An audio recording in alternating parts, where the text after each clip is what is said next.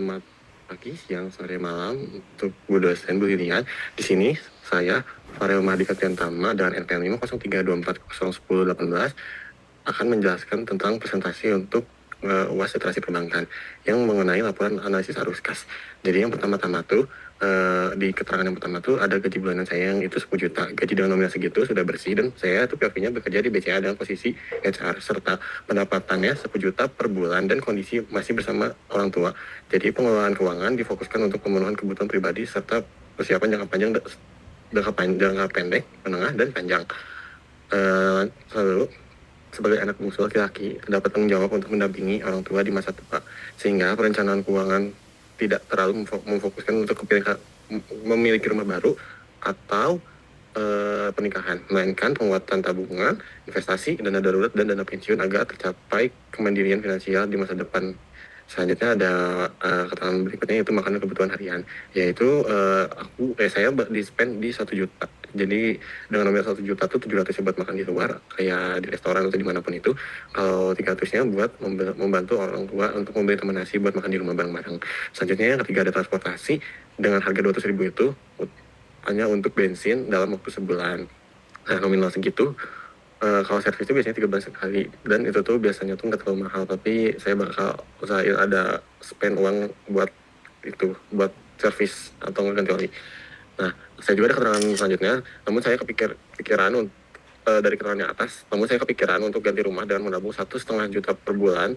Dengan nominal segitu saya mulai menabung ketika gaji bertambah dan saya juga mulai menabung untuk membeli mobil sendiri dengan menabung sebesar rata atau diganti 2,7 juta per bulan. Untuk perkiraan rumah saya bakal ngambil di perkiraan di Summarecon dan itu pun masih belum terlalu difokuskan banget karena ntar ada penjelasannya lebih lanjut. Dan untuk mobil saya memilih HRV tipe E 2017 second dengan harga 180 jutaan, kurang lebih segitu. Selanjutnya ada untuk pulsa atau kuota itu tuh masuknya per bulan juga, yaitu 100.000. Selanjutnya ada asuransi kesehatan per bulan sebesar 300.000. Selanjutnya ada tabungan untuk jangka menengah, saya spend di 1 juta. Untuk nabung saya memilih di Blue BCA karena di Blue BCA ada Blue deposit dengan bunga sekitar 3,5-5% per tahun. Selanjutnya ada investasi jangka panjang. Saya nge-spend 700.000 untuk jangka panjang saya memilih nabung di emas seperti nyicil emas digital di Pegadaian atau Dana agar bisa dipantau harga emas yang terkini atau yang terbaru. Selanjutnya ada dana darurat. Saya menyisihkan 400.000 untuk dana darurat ini. Saya juga akan disimpan di Blue BCA yang ada fitur nabung. Saya itu memilih Blue BCA itu karena banyak fitur yang buat nabung kayak gitu. Dan saya juga kebetulan rekeningnya juga BCA, jadi nggak kena admin antar rekening utama sama rekening tabungan itu. Selanjutnya ada menabung untuk membeli mobil. Saya ngeluarin 2,7 juta per bulan.